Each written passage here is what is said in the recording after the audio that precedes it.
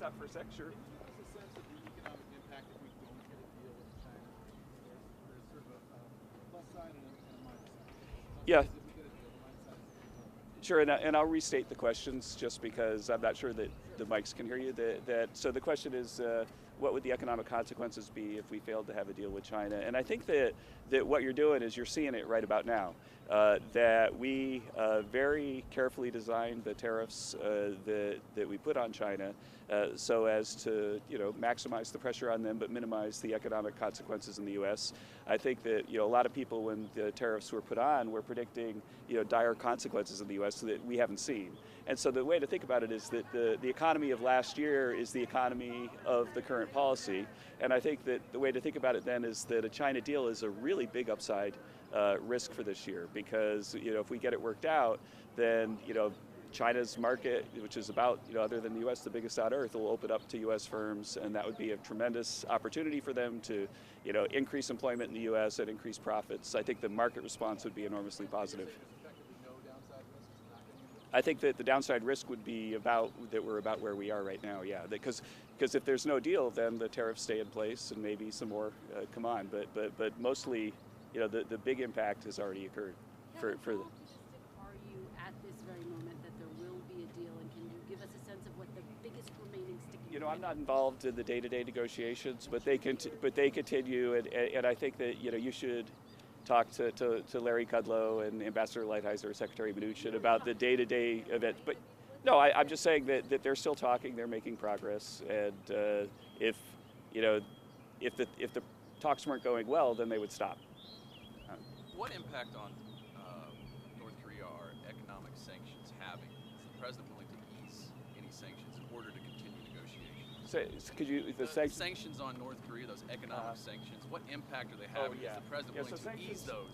There's a big economic literature that sanctions tend to have really big negative effects, especially early on when you put them on, that over time countries find ways around them. I haven't seen a specific estimate for North Korea, but that's usually the pattern. And so you get, there are definitely negative effects, but the negative effects tend to be biggest early in the sanction period.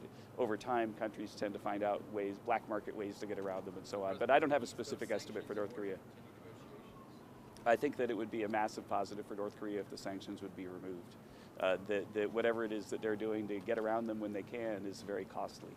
And if they just became a member of the community of nations, then, I mean, if you look at the standard of well-being in North Korea, compare it to South Korea, then you can see there's a massive leap that could happen should they join the community of nations.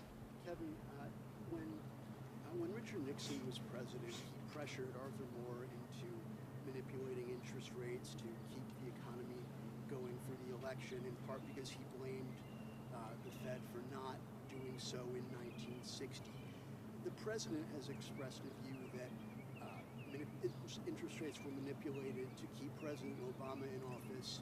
He would like the Fed to keep interest rates low, in part because he wants the economy to keep going so he can be reelected. But when Nixon had the Fed manipulate interest rates, it resulted in stagflation and a lot of huge blows to the economy, and a lot of economists say the result would be similar. Can you distinguish how President Trump's desire to have the Fed manipulate interest rates to affect his political chances is different from what Nixon did in the 68? The history of interaction between White Houses and Federal Reserves, goes back, more than 100 years now, and it's evolved enormously over time. If you go back and look at, for example, in the Kennedy administration, the Federal Reserve chair sort of joined the Troika, the CEA chair, the OMB director of the Treasury, to think about interest rate policy. There are economic reports of the president where they specifically give monetary policy advice to the Fed, and I think economists who study it have found that Federal Reserves that are independent, as your question suggests, they do a better job in the long run at managing prosperity. But that doesn't mean that people can't have opinions about policy, and I think that everybody expects to hear from President Trump that supports him, and I would never advise him not to state his opinions about Federal Reserve policy. But his picks for the Federal Reserve have been fantastic. Have expressed similar views that imply that interest rates have been manipulated in the past, and a willingness to do what the president asks. And I don't think that what you're saying really answers my question. How is what President Trump wants different from what Nixon wanted? What makes now different? Oh, just think about the people that are over at the Fed right now. The caliber of the people they're the people that President Trump is expressing an opinion about. And if there's a metric of Federal Reserve independence that's stronger than that, I'd like to see it. And so it's not that he picked a person that's going to do exactly what he wants. That instead he's got people that he respects that are over there, and that he's expressing an opinion about a policy error that he thinks that they made. But it's fundamentally different from putting a person over there who does exactly what you say. And again, if you go back and look, I'd be happy to email you some of the earlier passages that in the past there was actually explicit coordination between the White House and the Fed, and economists have rejected that view, and they think that it's a very bad way to run monetary policy. Kevin. You already got it. All right, well, I do actually also want to talk about Herman Cain and just ask what you believe, what the president believes are his qualifications for being, top 3 qualifications for being on board. Why does he belong there?